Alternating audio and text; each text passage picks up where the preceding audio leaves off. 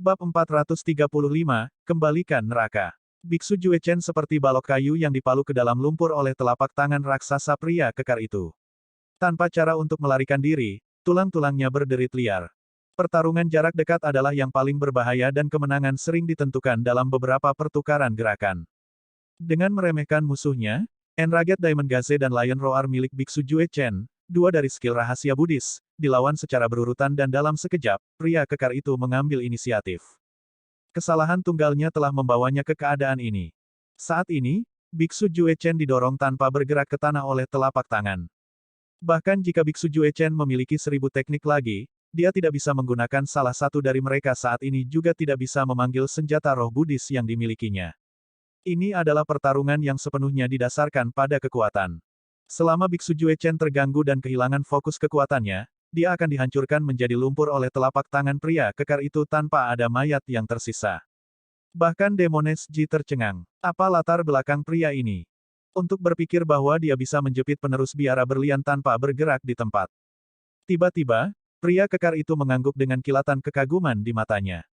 Fakta bahwa kamu mampu menahan ini adalah sesuatu yang luar biasa. Memang, biara berlian sangat mengesankan. Petik 2. Iblis Ji sekarang terikat lidah. Apa yang dia lakukan? Bukankah nadanya terlalu arogan? Di daratan Tianhuang, pembudidaya mana yang memiliki hak untuk berbicara dengan penerus biara berlian dengan cara itu? Yang paling aneh adalah pria kekar itu sepertinya bersungguh-sungguh dengan apa yang dia katakan dari lubuk hatinya. Tentu saja, yang lebih mengejutkan lagi adalah bahwa Biksu Jue Chen benar-benar fokus dan tegang dalam kebuntuan kekuatan yang intens ini, dia bahkan tidak berani bersantai atau bernapas dengan berat. Namun, pria kekar itu masih bisa berbicara. Dengan kata lain, dia masih memiliki kekuatan tambahan. Pria kekar itu tidak lain adalah Su Zimo yang telah mengubah penampilannya. Wajar jika dia memiliki hak untuk mengucapkan kata-kata seperti itu karena bahkan Pei Chunyu dari Istana Kaca dikalahkan olehnya. Su Zimo telah mencapai penguasaan yang lebih rendah dari bagian clearing lubang dengan 7 lubangnya dibersihkan dan dia memiliki penglihatan dan pendengaran yang sangat kuat. Tatapan berlian marah Biksu Jue Chen dan Lion Roar tidak dapat mempengaruhi pikirannya sama sekali. Ekspresi malu melintas di mata Biksu Jue Chen. Dia tidak pernah mengalami penghinaan dan penindasan seperti itu sebagai penerus biara berlian. Sikap merendahkan Su Zimo telah memicu kemarahan Biksu Jue Chen sepenuhnya. Apakah kamu benar-benar berpikir bahwa kamu bisa memenangkanku begitu saja? Menggertakkan giginya dengan berisik, mata Biksu Jue Chen secara bertahap bersinar dengan kedipan emas saat dia berkata perlahan, kembangkan pikiran yang tidak tinggal dimanapun. Dentang. Saat dia mengatakan itu, ledakan keras terdengar dari dada Biksu Jue Chen, memiliki niat logam yang teguh. Seolah-olah kekuatan tak terhancurkan yang bisa menembus batu akan menembus dan menyembur keluar dari dada Biksu Jue Chen. Su Zimo dapat dengan jelas merasakan bahwa suara logam tadi adalah detak jantung Biksu Jue Chen. Setelah terdengar, garis keturunan Biksu Jue Chen bergejolak dan kekuatan di lengannya meningkat secara signifikan, menstabilkan tubuhnya yang goyah secara instan. Mengangguk, Su Zimo berkata sambil matanya berbinar, menarik. Iblis Ji buru-buru berkomentar, hati-hati. Itulah kedalaman dalam manual rahasia biara berlian, Sutra Intan. Dengan mengembangkan pikiran yang berdiam di mana-mana, seseorang dapat mengembangkan hati berlian. Dentang. Detak jantung terdengar sekali lagi, memotong suara Iblis Ji. Kali ini, suara metaliknya bahkan lebih jernih dan lebih menusuk telinga, seolah-olah bisa menghancurkan segalanya dan menembus semua makhluk. Darah di tubuh Biksu Jue Chen bersirkulasi perlahan, mengeluarkan suara merkuri timbal yang mengalir. Amalgam darah merkuri. Itu hampir batas kekuatan garis keturunan. Satu-satunya hal di atas itu adalah darah tsunami yang legendaris. Kekuatan lengan Biksu Jue Chen meningkat secara signifikan dan dia menopang telapak tangan Su Zimo. Saat auranya naik, matanya bersinar dengan hiruk-pikuk. Iblis Ji melanjutkan, setiap kali jantung berlian berdebar, itu akan menukar darah dengan sumsum dan memperbaiki tendon dan tulangnya. Pada batas kultivasinya, tubuh seseorang menjadi tidak bisa dihancurkan dan bahkan bisa bertarung melawan binatang buas berdarah murni.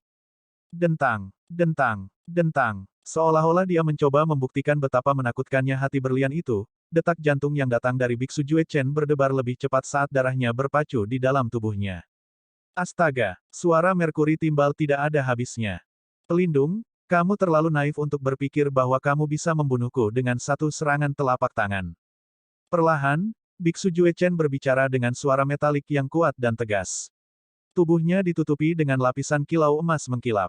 Kekuatan garis keturunan yang dipicu oleh jantung berlian telah meluncur melalui anggota tubuhnya ke setiap bagian tubuhnya. Su Zimo tersenyum lembut. Dong! Tiba-tiba, sebuah ledakan meraung tanpa peringatan, seolah-olah makhluk saleh sedang menabuh genderang surgawi dengan keras, mengeluarkan bunyi yang bergetar dan kuat. Suara itu begitu dekat sehingga menekan suara detak jantung Biksu Jue Chen. Set! Ekspresi Biksu Jue Chen berubah drastis. Karena dia berseberangan dengan Su Zimo, dia secara alami dapat mengetahui bahwa suara itu berasal dari dada pihak lain. Tiba-tiba, dia merasakan perasaan tidak nyaman. Tidak ada waktu bagi Biksu Jue Chen untuk berpikir saat dia menopang tangannya dengan paksa.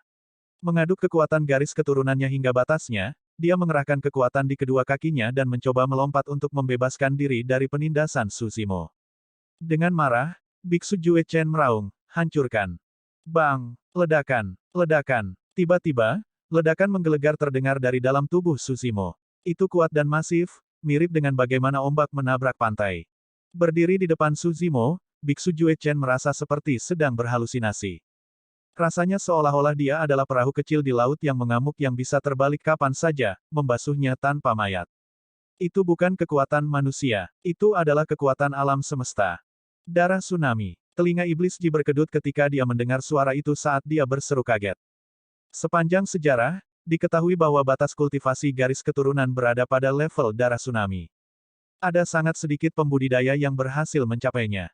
Dia telah menemukan salah satu dari mereka sebelumnya. Saat itu, di bawah tanah, dengan keberadaan formasi kunci roh kuno, orang itu sendirian mengalahkan 5 ahli waris iblis dengan cara yang mendominasi dan tegas.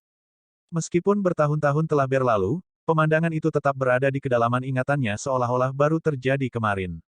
Tidak peduli bagaimana dia mencoba, Iblis Ji tidak bisa membandingkan pria kekar di depannya dengan pembudidaya berjubah hijau dari ingatannya yang memiliki fitur wajah yang halus. Kembalilah. Ekspresi Su Zimo tenang dan begitu pula nadanya. Namun, darahnya melonjak seperti tsunami dengan cara yang menakutkan. Telapak tangannya yang berotot dipenuhi dengan darah dan urat-urat hijau menyembul keluar saat itu meluas secara signifikan sekali lagi, menghalangi pandangan Biksu Jue Chen dan setiap jalan untuk melarikan diri sebelum menghancurkannya dengan kejam. Mendengus datar, Biksu Jue Chen memanfaatkan kekuatan ledakan dari jantung berliannya dan melompat. Sebelum dia bisa melepaskan diri dari telapak tangan Su Zimo, dia didorong ke bawah sekali lagi. Cahaya emas di lengan Biksu Jue Chen meredup. Dagingnya meledak menjadi kabut darah. Seluruh tubuh Biksu Jue Chen bergidik, menekuk tulang punggungnya sementara lututnya hampir menyentuh tanah. Dia merasa seolah-olah ada gunung yang menjulang tinggi di atasnya, seolah-olah langit telah runtuh dan ingin menghancurkannya. Bab 436, Mundur dalam Kekalahan. Jika ini terus berlanjut, Biksu Jue Chen akan mati dalam 3 napas. Mengaum. Tiba-tiba, seekor binatang buas meraung memekakkan telinga. Sebuah bayangan gelap melesat dan menutupi langit, membawa aura tragis yang mencekik. Luwu yang tingginya puluhan kaki menerjang dengan bau darah. Matanya ganas saat memamerkan taring dan cakarnya yang tajam dengan ekspresi mengancam. Su Zimo sedikit mengernyitkan alisnya. Binatang buas berdarah murni sangat kuat dan bahkan senjata roh yang sempurna tidak lebih unggul dari taring dan cakar mereka. Bahkan, ada beberapa senjata khusus yang dibuat dari tulang, taring, dan cakar binatang buas berdarah murni. Langkah yang bagus. Ekspresi Su Zimo tidak berubah saat dia terus menekan Biksu Jue Chen dengan satu tangan. Tangannya yang lain berubah menjadi kepalan dan tendon besarnya berdenyut dengan garis keturunannya. Memperluas dengan cepat, tinjunya mirip dengan segel hijau keunguan dengan ki darah yang deras. Dia berdiri di tempat seperti dewa kuno yang menjulang tinggi saat dia menghancurkan segel hijau keunguan itu dengan keras ke arah kepala Luwu. Aura pukulan itu menakutkan dan dalam sekejap, bahkan udara pecah dengan ledakan yang memekakkan telinga. Sebagai binatang buas berdarah murni, Luwu secara alami tahu seberapa kuat pukulan itu. Meskipun tulangnya keras, ia tidak berani melawan kepalan tangan Su Zimo karena buru-buru menerima pukulan dengan cakarnya. Bang! Terdengar suara yang memekakkan telinga. Luwu bergidik dan jatuh dari udara. Su Zimo berdiri di tempatnya tanpa bergerak sama sekali saat tendon dan tulangnya terdengar keras. Matanya cerah, dipenuhi dengan niat bertarung yang hebat. Iblis Ji merasa jantungnya berdetak kencang. Ini adalah pria yang benar-benar kejam. Manusia dilahirkan dengan tubuh yang lemah tanpa taring atau cakar yang tajam. Fakta bahwa seseorang mampu berkultivasi ke titik di mana dia bisa melawan binatang buas berdarah murni terlalu langka. Yang lebih menakutkan adalah pria kekar itu benar-benar bertarung melawan dua makhluk sekaligus. Menekan Biksu Jue Chen dengan satu tangan, dia bertarung melawan binatang buas berdarah murni dengan tangan lainnya. Meski begitu, hal yang mengejutkan adalah kekuatan tempurnya tidak berkurang dan dia tidak dirugikan meskipun kekuatannya terbagi. Kapan orang ganas seperti itu muncul di daratan Tianhuang? Sekte mana yang dimiliki kultivator ini? Hal yang paling membingungkan Iblis Ji adalah dia tidak bisa mendeteksi jejak keterampilan atau teknik rahasia dari sekte manapun dari pria kekar ini. Mengaum. Meskipun Luwu jatuh dari udara, itu tidak terluka dan melompat sekali lagi dengan sentakan. Itu mengguncang 9 ekornya dan 1000 mayat yang ditusuk di atasnya meledak. Darah memuntahkan kemana-mana, membentuk gunung mayat dan darah. Swoosh, swoosh, swoosh. Luwu menginjak gunung mayat dan darah itu dan menyerbu dengan 9 ekornya yang bergoyang seperti cambuk. Angin menderu saat menelan Su Zimo. Alasan mengapa binatang buas berdarah murni begitu kuat bukanlah murni karena kemurnian garis keturunan mereka dan kekuatan menakutkan mereka. Itu karena mereka memiliki gerakan membunuh yang tidak dimiliki binatang iblis lainnya. Ambil ular kait kembali di lembah kabut misalnya, ekornya memiliki kait raksasa yang dibubuhi racun. Kait itu tidak bisa dihancurkan dan tajam, bahkan Night Spirit tidak akan bisa bertahan melawannya dengan tubuhnya. Itu sama untuk Luwu sebelum mereka berayun ke belakang, 9 ekornya membentuk ruang tertutup dan mereka bisa menyerang dari berbagai arah. Itu seperti berurusan dengan 9 cambuk baja yang sangat sulit dan sulit untuk dipertahankan. Piak, menjangkau, Su Zimo meraup di udara dan meraih salah satu ekor tebal Luwu. Namun, dia tidak bisa bertahan melawan 8 ekor lainnya. Bahkan dengan fisiknya, organ-organnya akan menderita akibat benturan 8 ekor di tubuhnya. Tidak punya pilihan lain, Su Zimo melepaskan telapak tangannya yang menahan Biksu Jue Chen. Seketika, Biksu Jue Chen memanfaatkan momen kesempatan dan jantung berliannya berdebar kencang, melonjak tubuhnya dengan garis keturunan berliannya. Melompat dari tanah, dia lari ke kejauhan tanpa berbalik sama sekali. Dia tidak akan bisa bertahan jika itu bertahan selama 2 napas lagi. Basah dari ujung kepala sampai ujung kaki dengan keringat dingin, dia merasa seolah-olah dia baru saja melewati gerbang neraka. Ledakan. Su Zimo menginjak tanah dan dia mundur dengan cepat. Dia mencengkeram ekor dengan kedua tangan dan mengerahkan kekuatan di lengannya saat dia mundur. Kekuatan luar biasa dipindahkan ke Luwu melalui ekornya. Itu sangat gemetar dan tubuhnya hampir pecah. Seketika, 8 ekor lainnya kehilangan kekuatan dan arahnya. Su Zimo menghirup udara dalam-dalam dan menarik ekor tebal itu, mengangkat tubuh besar Luwu ke udara sebelum mengayunkannya untuk membanting ke tanah. Itu adalah naksir yang memekakkan telinga. Awan debu naik kemana-mana. Bahkan Demones Ji tercengang. Segala sesuatu yang terjadi di hadapannya benar-benar melebihi harapannya. Seberapa kuat seseorang harus bisa melakukan ini? Sesaat kemudian, debu menghilang dan ada kawah besar di tanah dengan retakan di sekelilingnya. Berbaring di tengah, mata Luwu redup dan mengerang lemah. Tenggorokan iblis Ji bergerak saat dia tanpa sadar menelan ludah. Tulang Luwu kemungkinan besar hancur dengan itu. Dalam waktu singkat itu, Biksu Jue Chen telah melarikan diri ke cakrawala di kejauhan. Menatap ke belakang, wajahnya memiliki warna emas samar dan jejak darah mengalir dari sudut mulutnya. Kali ini, dia mengalami kemunduran besar. Serangan pertama Su Zimo tidak terlalu buruk, lagi pula, Biksu Jue Chen berhasil bertahan melawannya. Namun, dengan serangan kedua, aura Su Zimo meningkat. Ditambah dengan fakta bahwa dia terjepit di tanah, tubuh Biksu Jue Chen tidak tahan sama sekali dan daging di lengannya robek sementara organ-organnya telah bergeser posisi. Itu benar-benar pertempuran yang menyedihkan bagi Biksu Jue Chen. Sementara kekuatan Su Zimo mengejutkan, dia merasa bahwa jika sampai pada pertempuran hidup dan mati, dia mungkin belum tentu kalah dari yang pertama. Begitu mereka bentrok, dia dijepit di tempat oleh Su Zimo dan dia tidak bisa menggunakan keahliannya sama sekali. Dia bahkan tidak bisa mengeluarkan senjata roh Budisnya yang merupakan dasar telanjang. Jika dia memiliki 2 senjata roh Buddha di tas penyimpanannya, staf berlian dan lonceng emas, kekuatan bertarungnya setidaknya akan berlipat ganda dan dia pasti akan membunuh pria kekar di sini. Meskipun itu adalah pikirannya, Biksu Jue Chen tidak lagi berani melawan Su Zimo mengingat kondisinya saat ini. Burli Patron, aku meremehkanmu hari ini. Jika aku bertemu denganmu lagi, aku pasti akan menjatuhkanmu. Suara Biksu Jue Chen terdengar dari kejauhan, dipenuhi dengan kemarahan yang tak ada habisnya. Haha, Su Zimo melemparkan kepalanya ke belakang dan tertawa, menyatakan dengan keras, "Beku, jika kita bertemu lagi dan kamu berani melawanku, kamu tidak akan bisa lari lagi." Biksu Jue Chen berpikir bahwa dia tidak menunjukkan kekuatannya yang sebenarnya. Namun, sedikit yang dia tahu bahwa itu sama untuk Suzimo. Jika Suzimo mengambil bentuk iblisnya dan meledak dengan ki darahnya, dia akan mengambil nyawa Biksu Jue Chen dengan serangan telapak tangan pertama. Menurutnya, meskipun Biksu Jue Chen adalah seorang Buddhis, ini bukanlah jiwa yang baik. Ada 1.000 mayat di 9 ekor luwu di belakangnya. Dengan kata lain, itu berarti ada lebih banyak pembudidaya yang mati di tangannya di medan perang kuno. Itulah alasan mengapa Suzimo berkomentar tentang bagaimana pendeta memiliki banyak darah di tangannya juga. Selain itu, tidak mungkin Suzimo bisa duduk diam dan menonton Biksu Jue Chen mencoba membunuh iblis Ji tanpa memahami situasinya sama sekali. Menonton di sela-sela sepanjang waktu, iblis Ji bahkan lupa melangkah keluar dan membantu pria kekar itu. Di satu sisi, itu karena metode pria kekar itu mengejutkannya. Di sisi lain, ada keraguan dalam benaknya. Dengan tatapan dingin, dia menatap Suzimo dengan saksama, seolah-olah dia sedang mencoba menguraikan sesuatu. Bab 437, Keraguan. Karena dia ingin mengubah penampilannya dan menyembunyikan identitasnya, tidak mungkin Suzimo bisa mengakui iblis Ji. Dia berbalik untuk pergi setelah memaksa Biksu Jue Chen kembali. Tiba-tiba, sebuah aroma tercium. Sosok cantik berdiri di depannya dan menghalangi jalannya. Mendekat, wajah tersenyum menatap Suzimo dengan penuh minat tanpa berkedip.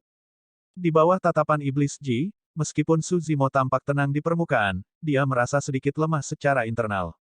Dia khawatir bahwa dia mungkin telah mengungkapkan kesalahan apapun, memperlihatkan penyamarannya kepada Demones Ji.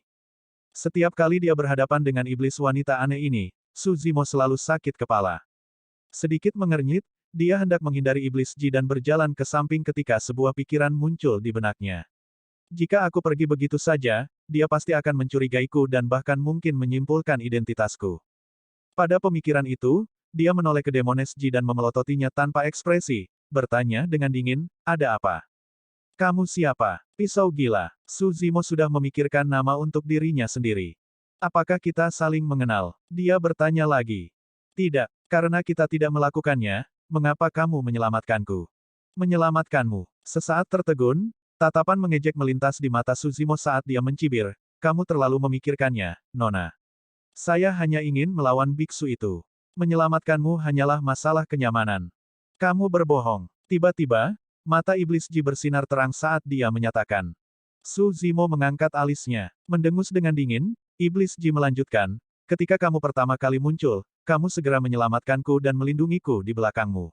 Itu adalah reaksi yang sangat alami tanpa ragu-ragu. Apakah Anda masih berani mengklaim bahwa Anda tidak mengenal saya? Kamu menghalangi pandanganku dan mempengaruhi penampilanku. Wajar jika aku harus menyeretmu ke samping," balas Suzimo mencibir. "Baik." Iblis Ji mengangguk dan maju selangkah dengan agresif. "Dengan berdiri di depanku, kamu mengungkapkan punggungmu sepenuhnya kepadaku. Saya seseorang dari Sekte Iblis namun Anda benar-benar tidak dijaga dan percaya kepada saya. Meskipun begitu, Anda mengklaim bahwa Anda tidak mengenal saya." Petik 2. Tidak dapat disangkal bahwa Demones Ji benar-benar terlalu pintar. Suzimo berpikir bahwa dia tidak melakukan kesalahan apapun setelah mengubah penampilannya, untuk berpikir bahwa dia telah mengungkapkan kesalahan seperti itu. Seperti yang dikatakan Iblis Ji, bagaimana mungkin salah satu dari dua orang yang baru saja bertemu mempercayai pihak lain dengan begitu mudah hingga punggung mereka terbuka seluruhnya. Setelah hening beberapa saat, Suzimo menjawab dengan acuh tak acuh, "Bahkan jika saya mengekspos punggung saya kepada Anda, apakah Anda pikir Anda dapat melukai saya?" Meskipun itu adalah pernyataan yang kurang ajar, pada kenyataannya, itu menghindari pertanyaan Iblis Ji. Dia menyatakan lagi, juga, "Sekarang aku tidak memakai kerudungku, tidak mungkin orang yang melihat wajahku untuk pertama kali bisa setenang kamu. Kamu pasti pernah melihatku sebelumnya." Iblis Ji benar-benar memenuhi syarat untuk mengatakan sesuatu seperti itu. Gadis murni dari Sekte Iblis berbeda dari pewaris iblis. Ada pewaris iblis yang berhubungan dengan setiap ranah kultivasi dalam Sekte Iblis. Misalnya, Sue yang dari Sekte Bumi Jahat adalah orang nomor satu di antara semua penggarap pendirian yayasan di sekte tersebut dan karenanya, dia adalah pewaris iblis pendirian yayasan. Ada pewaris iblis lain di ranah inti emas. Saat memasuki ranah inti emas, Sue yang akan kehilangan gelarnya sebagai pewaris iblis dan jika dia ingin menjadi pewaris iblis, dia harus menantang pewaris iblis inti emas. Pewaris iblis inti emas tidak dapat menyangkal tantangan juga. Pertarungan untuk menjadi pewaris iblis dari sekte iblis sangat kejam dan setiap pewaris iblis luar biasa. Mereka berdiri di atas mayat yang tak terhitung jumlahnya dari rekan sekte mereka dan tangan mereka ternoda dengan darah yang sama. Persaingan seperti itu didorong di antara sekte-sekte iblis. Namun, itu berbeda untuk Pure Maiden. Dari alam ki kondensasi sampai ke alam inti emas atau bahkan lebih tinggi, hanya ada satu murid dari sekte gadis murni yang bisa mendapatkan warisan sejati dari sekte tersebut. Kecuali jika Pure Maiden generasi saat ini mati atau kehilangan kualifikasinya, sekte Pure Maiden tidak akan memilih penerus baru. Sekte gadis murni memiliki harapan yang sangat tinggi untuk gadis murni mereka dan tidak berlebihan untuk mengatakan bahwa kandidatnya adalah 1 dari 1 miliar. Pure Maiden setiap generasi dilahirkan dengan pesona alam yang dapat menggulingkan dunia dengan setiap kedipan, senyuman, dan tindakan mereka. Begitu mereka benar-benar dewasa, mereka pasti akan menjadi iblis wanita tak tertandingi yang bisa menyihir massa. Dalam pertempuran sebelumnya, Iblis Ji benar-benar dilawan karena dia berurusan dengan penerus biara berlian. Jika itu adalah penerus sekte lain, mereka harus mempertimbangkan apakah mereka bisa menangani sihir gadis murni dari sekte iblis. Bertahun-tahun yang lalu, ada gadis murni satu generasi yang bahkan berhasil menyihir murid warisan dari biara berlian generasi itu. Yang terakhir benar-benar ditundukkan dan bergabung dengan sekte iblis, mengejutkan seluruh dunia kultivasi. Generasi itu, biara berlian berubah menjadi bahan tertawaan dunia kultivasi. Itulah alasan mengapa biara berlian dan sekte gadis murni memiliki perseteruan lama yang melampaui tahu mereka yang berbeda. Sejak Suzimo muncul, dia terlalu tenang meskipun melihat wajah iblis Ji, tidak ada riak di matanya. Wajar jika Demones Ji menjadi curiga. Berbalik, tatapan Suzimo perlahan beralih ke Demones Ji. Akhirnya, tatapannya yang berani mendarat di wajah Demones Ji yang sempurna dan hampir menakjubkan, menyeringai. Wanita, kamu cukup menarik. Apakah Anda mengisyaratkan kepada saya bahwa Anda ingin menjadi teman dao saya? Demones Ji sedikit mengernyitkan alisnya. Dia sangat akrab dengan tampilan yang diberikan pria kekar itu. Itu semacam tatapan yang membuatnya jijik. Meskipun sekte gadis murni dan sekte hujan awan tampak serupa, mereka sangat berbeda. Cloud Rain Sect mengembangkan Dao of Indulgency. Meskipun gadis murni setiap generasi mengolah dao sihir, mereka harus menjaga kesucian mereka demi dao mereka. Jika gadis murni menjadi pendamping dao seseorang, itu akan sama dengan mereka melumpuhkan kultivasi seumur hidup mereka. Mereka juga akan dilucuti dari gelar gadis murni dan dikeluarkan dari sekte. Jika seorang gadis murni kehilangan kultivasinya dan dukungan dari sekte iblis sambil mempertahankan penampilannya yang sangat menawan, nasib mereka jelas dapat dibayangkan, mereka kemungkinan besar akan menjadi budak dari pembudidaya lain dan menjalani kehidupan yang lebih buruk daripada kematian. Meskipun pembudidaya yang tak terhitung jumlahnya telah jatuh ke pesona iblis Ji sampai titik kultivasinya ini, dia tidak pernah melakukan kontak fisik dengan pria manapun. Selain satu orang, sosok berjubah hijau melintas di benak iblis Ji dan dia menggigit bibirnya. Hari itu, mereka berdua terjebak di peti mati batu yang sangat sempit. Ditambah dengan fakta bahwa mereka hanyut oleh arus bawah sungai, pria itu telah mengambil sedikit keuntungan darinya dalam kegelapan. Awalnya, iblis Ji berpikir bahwa pria kekar di hadapannya adalah pria itu. Tetapi sekarang, mengingat tindakan dan bahasa kasar pria kekar itu, dia menggelengkan kepalanya dan meratap dalam hati, apakah saya benar-benar terlalu banyak berpikir? Bab 438, Penggarap Pedang. Suzimo akhirnya menghela nafas lega saat melihat iblis Ji menghindarinya. Secara internal, dia merasakan sedikit rasa bersalah. Dia tidak punya pilihan lain untuk menyembunyikan identitasnya. Mengapa? Kamu tidak mau? Ekspresi Suzimo menjadi gelap. Karena dia berakting, dia harus pergi jauh-jauh. Iblis Ji tertegun sejenak ketika dia melihat pria kekar itu tidak senang. Seketika, dia tersenyum dengan pesona yang menyentuh jiwa seseorang dan menjawab dengan lembut, tolong jangan marah, dermawan. Ada kesalahpahaman dan aku mengira kamu adalah teman lamaku. Izinkan saya menyampaikan permintaan maaf saya. Dengan itu, dia membungkuk dengan tatapan meminta maaf. Suzimo mendengus dan tidak mengatakan apa-apa lagi. Dengan kedipan di matanya, Iblis Ji bertanya lagi, apakah kamu tidak akan bertanya siapa teman lamaku, dermawan? Tidak tertarik. Suzimo melambaikannya dan berjalan ke kejauhan dengan kecepatan yang sangat cepat sambil berkata dari jauh, aku hanya tertarik pada istana kaisar manusia. Aku juga ingin pergi ke istana kaisar manusia. Haruskah kita pergi bersama? Demones Ji berteriak dari belakang. Tentu saja Suzimo tidak akan menjawab saat dia terdiam, berpura-pura tidak mendengar apa-apa. Mereka baru saja bertemu dan dia hampir diekspos oleh Iblis Ji. Jika mereka bepergian bersama, dia mungkin benar-benar melihat melalui penyamarannya. Su Zimo. Tiba-tiba, teriakan terdengar dari belakang tanpa peringatan sama sekali. Secara naluriah, Su Zimo ingin berhenti dan berbalik. Itu adalah reaksi paling alami bagi siapapun.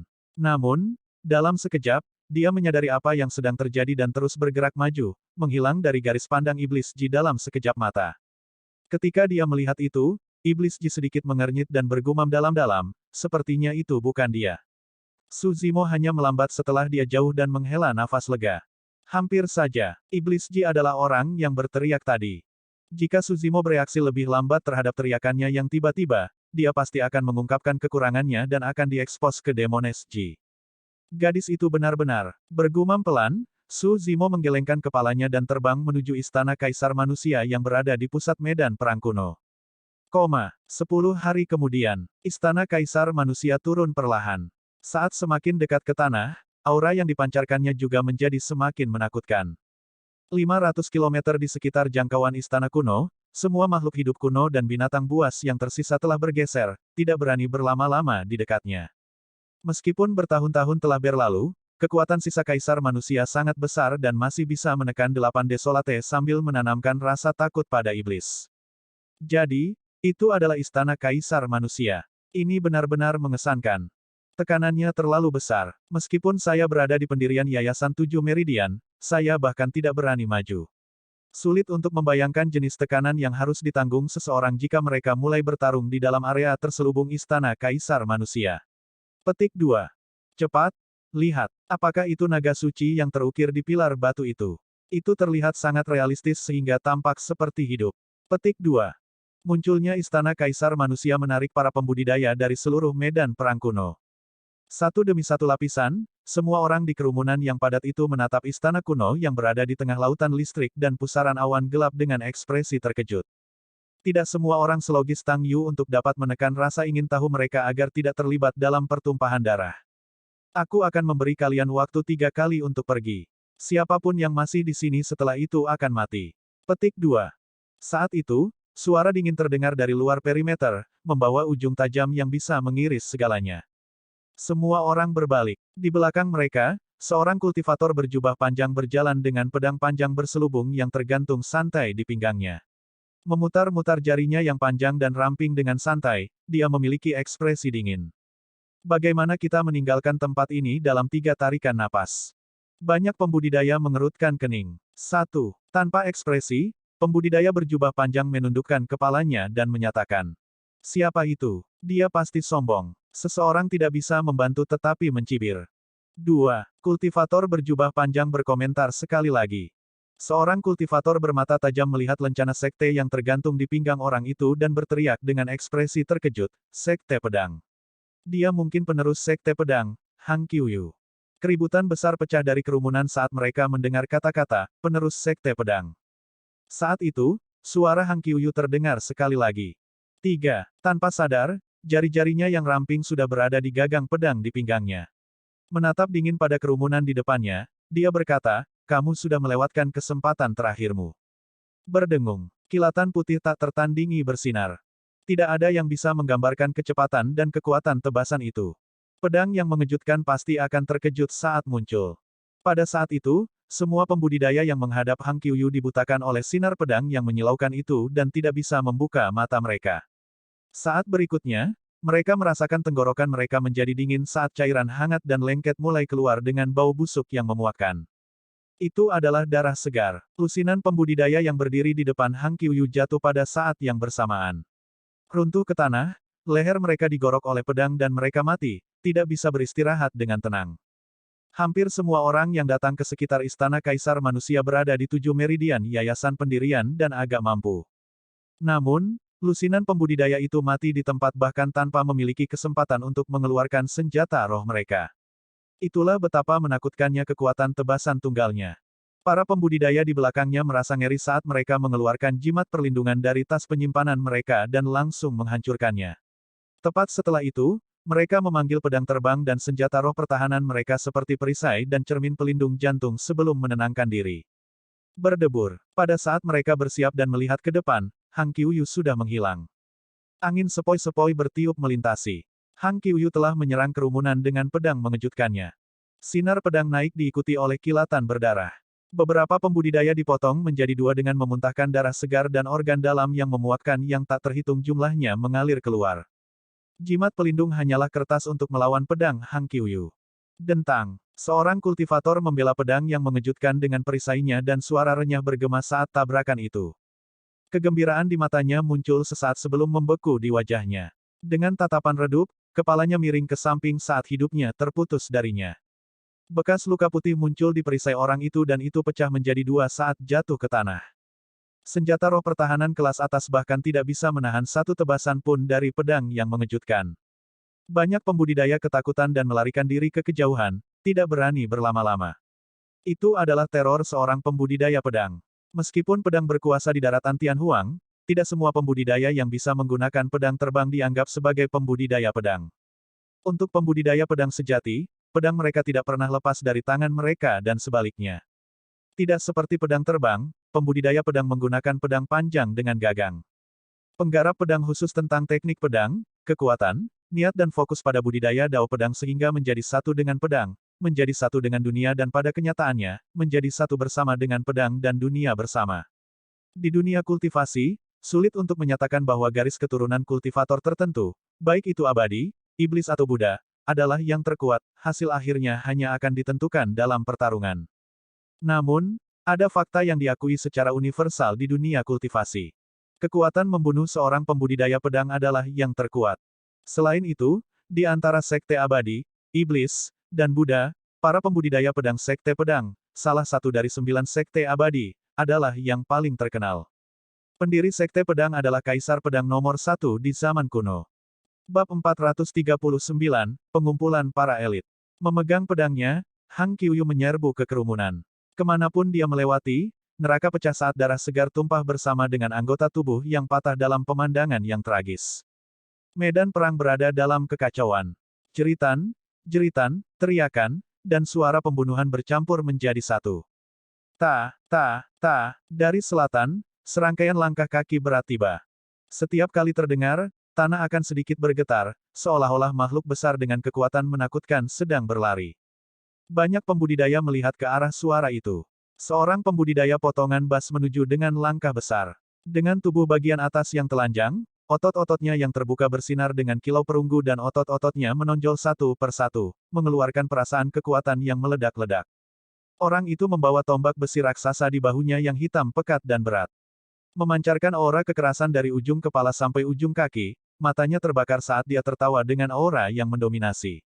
Sekelompok idiot sembrono, beraninya kalian mencoba menodai istana kaisar manusia. Cepat, lari, itu seseorang dari sekte iblis. Petik 2. Itu adalah pewaris iblis dari istana Tuan, Pang Yue. Lari. Pang Yue menamparkan tombak di bahunya dan itu memantul ke udara saat dia berteriak, sudah terlambat untuk lari sekarang. Astaga, tombak besi merobek udara, berubah menjadi sinar cahaya gelap saat angin menderu. Mengikuti tombak, Pang Yue menyerbu ke kerumunan.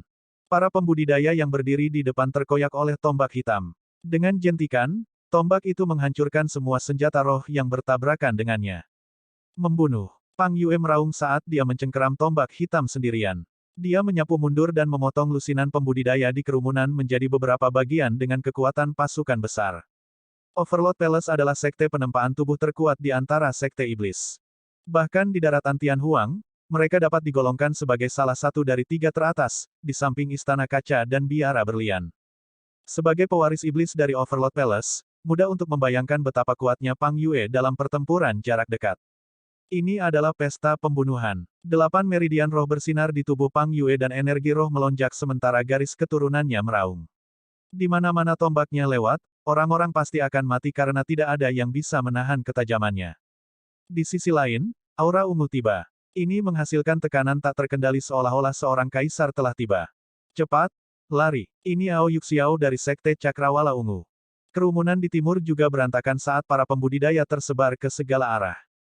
Seorang pembudidaya berjubah ungu berdiri di udara dengan ekspresi serius. Seluruh tubuhnya diselimuti oleh 1 miliar aliran ki ungu yang bersinar dengan segudang warna cemerlang, dia memiliki aura bermartabat yang memandang rendah massa. Pergi. Melambaikan lengan bajunya, Ao Yuxiao menegur dengan lembut. Miliaran aliran ki ungu yang awalnya mengelilinginya membentuk pedang ungu di udara yang bersinar terang saat mereka merobek kerumunan menjadi berkeping-keping seperti sekelompok awan ungu. Awan ungu menyapu langit dan banyak pembudidaya jatuh dari udara ke kematian mereka. Seperti yang telah diprediksi Tang Yu, pembantaian yang belum pernah terjadi sebelumnya pasti akan terjadi di medan perang kuno dengan munculnya Istana Kaisar Manusia. Daerah sekitar Istana Kaisar Manusia berubah menjadi rumah jagal. Bukan hanya Sekte Pedang dan Sekte Cakrawala Ungu. Penerus dari 9 sekte abadi lainnya muncul satu demi satu dan bergabung dengan medan perang. Ada peri sedingin es dengan jubah putih berkibar, seorang pembudidaya dengan tatapan kilat dan melesat seperti angin, seorang pembudidaya dao dengan mahkota dao di kepalanya dan pengocok ekor kuda. Dari Sekte Iblis, selain Pang Yue dari Overlord Palace, Sangguan Yu dari Cloud Rain Sect dan pewaris iblis dari Illusion Finchult juga muncul.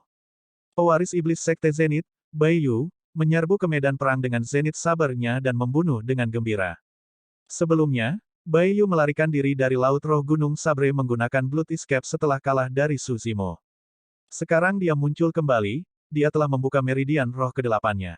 Agar adil, jika dia tidak membuka kunci meridian ke-8, dia akan menemui ajalnya seperti semua pembudidaya di sini jika dia datang untuk melihatnya, apalagi mengingini Istana Kaisar Manusia. Semua penerus Sekte Abadi dan Iblis memiliki pemahaman diam-diam dan menghindari satu sama lain untuk sementara waktu sambil membunuh para pembudidaya lainnya. Dalam keadaan seperti itu, satu-satunya yang memiliki kesempatan untuk melarikan diri adalah mereka yang berada di 8 meridian Yayasan Pendirian. Seorang pria kekar dengan pakaian linen dengan alis tebal dan wajah kasar berdiri di perbatasan medan perang yang kacau, menyaksikan semuanya dengan dingin. Su Zimo sudah tiba. Ding, ding. Tiba-tiba, bel yang panjang dan jauh terdengar dari barat, tampaknya mampu membersihkan jiwa seseorang dan sangat sakral. Saat bel berbunyi, seorang pembudidaya botak berjalan mendekat. Dia bertelanjang kaki dan mengenakan jubah biarawan. Memegang lonceng emas, matanya bersinar dengan semburat cahaya keemasan, itu adalah penerus biara berlian, Biksu Jue Chen. Amitabha, Biksu Jue Chen memegang satu telapak tangan secara vertikal dan mengeluarkan proklamasi Buddhis dengan keyakinan. Setelah 10 hari, ekspresi Biksu Jue Chen menjadi normal dan auranya stabil, jelas bahwa luka-lukanya sudah sembuh. Su Zimo mengangguk tanpa suara. Sebagai salah satu dari 6 biara Buddha, biara berlian benar-benar mampu. Sebelumnya, Biksu Jue Chen sangat ditekan oleh Su Zimo dan dagingnya telah meledak sementara organ-organnya terkilir. Dalam 10 hari, dia sudah pulih ke keadaan semula. Itu adalah bukti bahwa fisik biksu itu benar-benar luar biasa. Ding! Tanpa ekspresi, Biksu Jue Chen menjentikkan pergelangan tangannya dengan lembut dan bel berbunyi sekali lagi. Sekelompok pembudidaya yang melarikan diri di udara dengan pedang terbang mereka bergidik. Wajah mereka menjadi pucat saat mereka bergoyang dengan goyah. Ding! Bel berbunyi sekali lagi. Gedebuk, gedebuk. Satu demi satu, para pembudidaya jatuh dari udara. Pada saat mereka mencapai tanah, tatapan mereka redup dan darah mengalir dari ketujuh lubang, mereka sudah mati.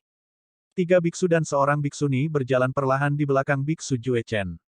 Meskipun ketiga biksu dan biksuni juga beragama Buddha, pakaian mereka berbeda seperti lencana sekte di pinggang mereka.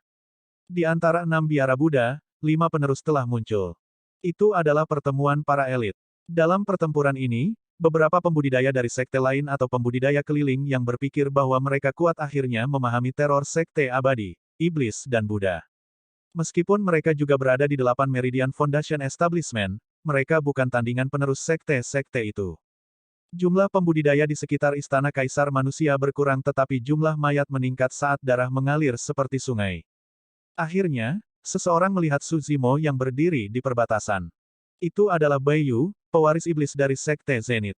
Secara alami, dia tidak tahu bahwa ini adalah Su Zimo yang telah mengubah penampilannya. Kalau tidak, dia tidak akan maju sendirian tanpa keberatan. Ekspresi Bai Yu dingin saat dia memegang Zenith Saber yang berdarah di tangannya. Dia memelototi Su Zimo tanpa sedikit pun emosi. Meskipun Su Zimo tanpa ekspresi, kedipan ejekan melintas di matanya. Mati. Bai Yu mengayunkan Zenith Sabernya dan menciptakan busur berdarah di udara sebelum turun ke kepala Su Zimo. Mata Su Zimo bersinar terang. Tepat saat dia akan mengambil tindakan, teriakan lembut terdengar dari belakangnya. Berhenti. Sebuah aroma tercium. Pita merah muda merobek udara. Meski terlihat lemah, ia berhasil menangkis serangan Bai Yu. Tepat setelah itu, seolah-olah masih hidup, pita merah muda itu melingkar di sepanjang tubuh pedang. Sambil mengerutkan kening, Bai Yu menarik kembali Zenith Saber-nya dengan tergesa-gesa. Iblis Ji, apa yang kamu lakukan? Dia memelototi gadis berbaju merah muda yang melesat keluar dari belakang pria kekar itu, bertanya dengan sikap tidak ramah. Hehe, sekarang, Iblis Ji telah menutupi dirinya dengan kerudungnya lagi. Sambil tersenyum lembut, dia melirik Suzimo dan berkata, ini adalah teman yang saya undang. Dia ada di pihak Sekte Iblis. Petik 2. Bai. Bab 440, dimulainya pertempuran. Ketika dia mendengar itu, Suzimo mengerutkan kening. Tepat saat dia hendak membalas, Iblis Ji berjingkat di samping telinganya dan berbisik, Istana Kaisar Manusia baru saja turun dan semua orang mengincar tahta. Penerus Sekte Abadi, Iblis, dan Buddha akan secara diam-diam melenyapkan para pembudidaya lainnya terlebih dahulu. Petik 2. Jika kamu sendirian, kamu pasti akan menjadi sasaran. Bagaimana kalau mengikuti Sekte Iblis terlebih dahulu? Itu hanya akan menguntungkanmu. Kenyataannya, Suzimo punya dua alasan untuk datang ke sini. Di satu sisi, itu untuk Istana Kaisar Manusia. Di sisi lain, dia ingin menguji para elit dan teladan dari Sekte Super. Dia tidak takut menjadi sasaran sama sekali. Namun, Demones Ji condong ke telinganya dengan genit. Suara lembut dan aroma seorang gadis menggerakkan hati Suzimo dan dia tidak menolaknya, seolah-olah kesurupan. Tepat setelah itu, Suzimo tersentak dari keterkejutannya dan meratap dalam hati, mengesankan. Pesona Iblis Ji ada di mana-mana dan tidak mungkin untuk menjaganya. Sebagai gadis murni dari Sekte Iblis, tidak perlu baginya untuk menggunakan teknik sihir secara khusus. Kehadirannya saja sudah merupakan bentuk sihir. Semakin tinggi ranah kultivasi dari gadis murni, semakin menakutkan kekuatan sihir mereka.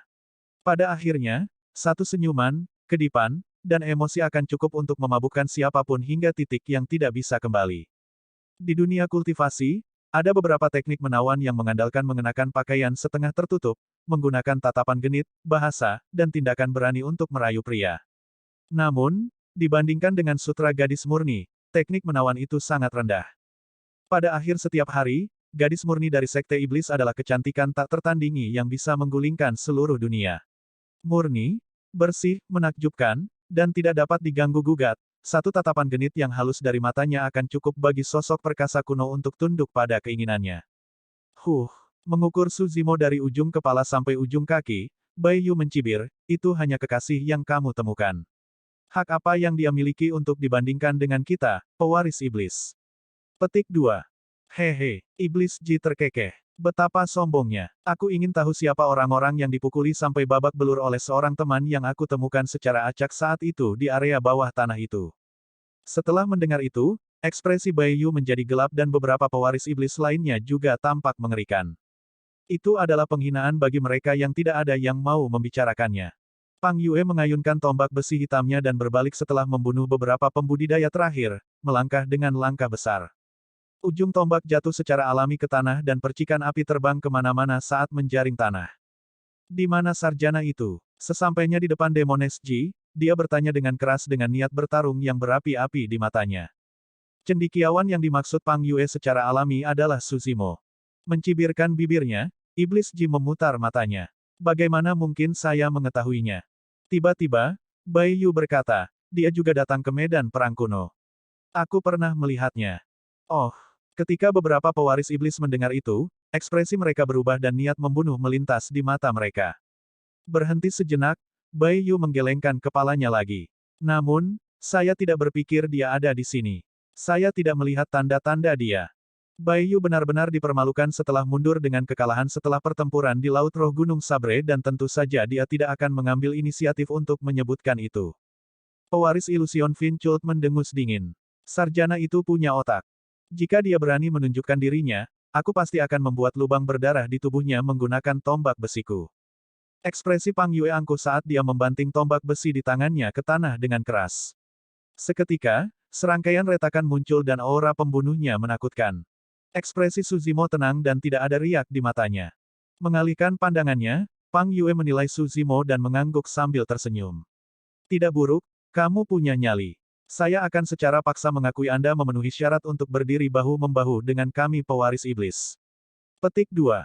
Sangguan Yu dari Cloud Rain Sekte berkomentar dengan santai, karena Sue yang dari Malevolent Earth Sect belum datang, kami akan membiarkan orang ini menggantikannya untuk saat ini sebagai pembantu. Melambaikan kipas lipatnya dengan ringan, Sang Guan Yu tampak keren dan ramah. Terlepas dari kenyataan bahwa dia baru saja membunuh lebih dari 100 pembudidaya, pakaian dan rambutnya masih rapi. Hei, siapa namamu? Pang Yue memandang Su Zimo dengan kepala sedikit terangkat. Pisau gila, jawab Su Zimo. Pisau gila, haha. Pang Yue tertawa. Kau cukup arogan. Aku ingin tahu seperti apa teknik pedangmu. Bai Yu berkata dengan dingin, di dunia kultivasi, kebanyakan orang dengan gelar sekeras itu hanya biasa-biasa saja dalam hal kemampuan. Kamu bisa mencoba aku. Su Zimo berkata dengan acuh tak acuh. Apakah Anda memiliki keinginan kematian? Petik 2. Ekspresi Bai Yu berubah saat niat membunuh muncul di hatinya. Kamu liar, menarik. Menyapu tombak besinya, Pang Yue memblokir Bai Yu dan menggelengkan kepalanya dengan ekspresi tegas. Jangan berkelahi dulu. Ada yang tidak beres. Semua orang mengikuti tatapan Pang Yue. Medan perang sebagian besar dibersihkan dan satu-satunya orang yang tersisa di bawah perlindungan Istana Kaisar Manusia adalah penerus Sekte Abadi, Iblis, dan Buddha. Di antara mereka, penerus dari 7 dari 9 Sekte Abadi hadir, termasuk Hang Qiuyu dari Sekte Pedang dan Ao Yuxiao dari Sekte Cakrawala Ungu. Dari 6 biara Buddha, 5 penerus hadir. Selain Biksu Jue Chen dari biara berlian, ada biksu dari biara Hollow, biara tanpa bentuk, biara kebijaksanaan dan seorang biarawati dari biara Clear Heart. Dari 7 sekte iblis, Sue yang dari sekte bumi jahat sudah mati dan tidak ada tanda-tanda pembunuh berwajah 1000 dari sekte kematian tersembunyi. Selain Suzimo, 4 pewaris iblis lainnya dan iblis wanita hadir. Hampir 20 pembudidaya ini dapat dianggap sebagai teladan teratas dari ranah pendirian yayasan di seluruh daratan Tianhuang. Selain Suzimo, para pembudidaya lainnya berada di pendirian Yayasan 8 Meridian. Alasan mengapa ada sesuatu yang terasa salah adalah karena 7 teladan Sekte Abadi yang dipimpin oleh Hang Qiuyu dari Sekte Pedang dan Ao Yuxiao dari Sekte Cakrawala Ungu serta 4 biksu dan 1 biksuni tampaknya bergabung saat mereka mengepung pewaris iblis. Hang Qiuyu, Ao Yuxiao, Jue Chen. Apa artinya ini? Mempersempit pandangannya, Pang Yue bertanya perlahan. Tidak banyak. Bibir Hang Qiuyu melengkung dan dia mengayunkan jari-jarinya yang ramping. Setelah menghancurkan Sekte Iblis, kita secara alami akan memilih seseorang dari Sekte Abadi dan Buddha untuk mengambil warisan Istana Kaisar Manusia. Ahli waris Iblis mengerutkan kening. Termasuk Suzimo, hanya ada 6 dari mereka. Namun, ada total 12 orang ketika Paragon Sekte Abadi dan Buddhis ditambahkan bersama. Dengan kata lain, masing-masing dari mereka harus menghadapi setidaknya 2 teladan. Pang Yue dari Overlord Palace secara terbuka diakui sebagai yang terkuat di antara pewaris iblis. Namun, dia tidak akan berani mengklaim kemenangan melawan Hang Qiuyu, Ao Yuxiao dan Jue Chen, apalagi jika dia harus berurusan dengan 2 orang sekaligus. Iblis Ji mengangkat suaranya. Situasinya jelas sekarang dengan 3 garis keturunan yang berbeda dan total 18 pembudidaya. Kita bisa bertarung berpasangan untuk memutuskan pemenang terakhir untuk mendapatkan warisan Istana Kaisar Manusia. Itu akan dianggap sebagai keadilan. Tatapan Biksu Jue Chen menyapu melewati Suzimo dan berhenti sejenak sebelum mendarat di wajah Iblis Ji saat dia mencibir, situasinya akan lebih jelas setelah menghancurkan Sekte Iblis. Adil. Ao Yuxiao menggelengkan kepalanya. Tidak ada keadilan untuk dibicarakan di depan Istana Kaisar Manusia. Lebih jauh lagi, Iblis adalah makhluk jahat yang harus dihukum. Suzimo, jika kamu melihat situasinya tidak benar, jangan keras kepala dan segera tinggalkan tempat ini. Tiba-tiba, Demones Ji mengulurkan jarinya dan menusuk pinggang Suzimo, berbisik padanya.